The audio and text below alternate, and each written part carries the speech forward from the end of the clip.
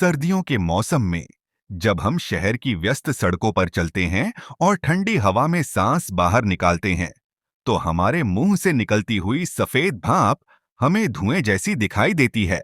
लेकिन यह धुआं नहीं होता।